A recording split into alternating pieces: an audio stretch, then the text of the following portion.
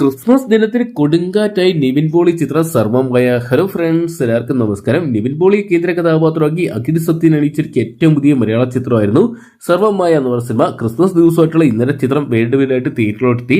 കേരളത്തിലെ സകല റെക്കോർഡും തിരുത്തിക്കുറിച്ചുകൊണ്ടുള്ള മുന്നേറുന്ന ഒരു കാഴ്ചയാണ് പിന്നീട് അങ്ങോട്ട് കാണാൻ സാധിച്ചിട്ടുണ്ടായത്. എന്തൊക്കെയാണ് ഒരു നിവിന്റെ ശക്തമായിട്ടുള്ള തിരിച്ചുവരവിന് വഴിയൊരുക്കിയിരിക്കുകയാണ് സർവമായ എന്ന് പറയുന്ന സിനിമ. കേരള ബോക്സ് ഓഫീസിൽ വൻ ചലനങ്ങൾ തന്നെയാണ് ചിത്രം സൃഷ്ടിച്ചിരിക്കുന്നത്. വഫഫ, കളങ്കാവൻ തുടങ്ങി വൃഷഭ തുടങ്ങിയ അവതാർ തുടങ്ങിയ ചിത്രങ്ങളെല്ലാം തന്നെ മറികടന്നുകൊണ്ടാണ് സർവമായ എന്ന സിനിമ റെക്കോർഡ് കളക്ഷൻ ഇന്നലെ സ്വന്തമാക്കിയിരിക്കുന്നത്.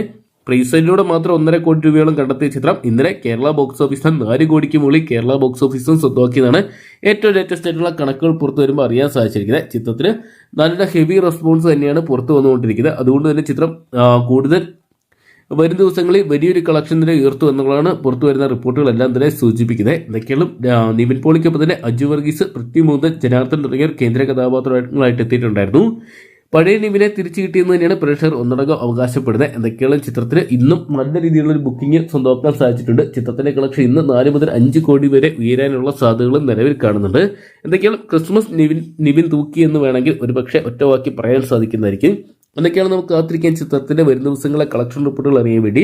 അപ്പോൾ നിവിൻ പോളി ചിത്രമായിട്ടുള്ള സർവമായ എന്ന് പറയുന്ന സിനിമ നിങ്ങൾ ഇതിനോടൊപ്പം തന്നെ കണ്ടിട്ടുണ്ടെങ്കിൽ സിനിമയെക്കുറിച്ചുള്ള നിങ്ങളുടെ വലിയ അഭിപ്രായങ്ങൾ കമന്റ് ബോക്സിൽ പങ്കുവെക്കുക. അതോടൊപ്പം തന്നെ വീഡിയോ ഇഷ്ടപ്പെട്ടെങ്കിൽ ലൈക്ക് ചെയ്യാനും ഷെയർ ചെയ്യാനും ഏറ്റവും ലേറ്റസ്റ്റ് ആയിട്ടുള്ള സിനിമാ വിശേഷങ്ങൾ അറിയാൻ വേണ്ടി ഇപ്പോൾ തന്നെ ചാനൽ സബ്സ്ക്രൈബ് ചെയ്ത് നോക്കുക.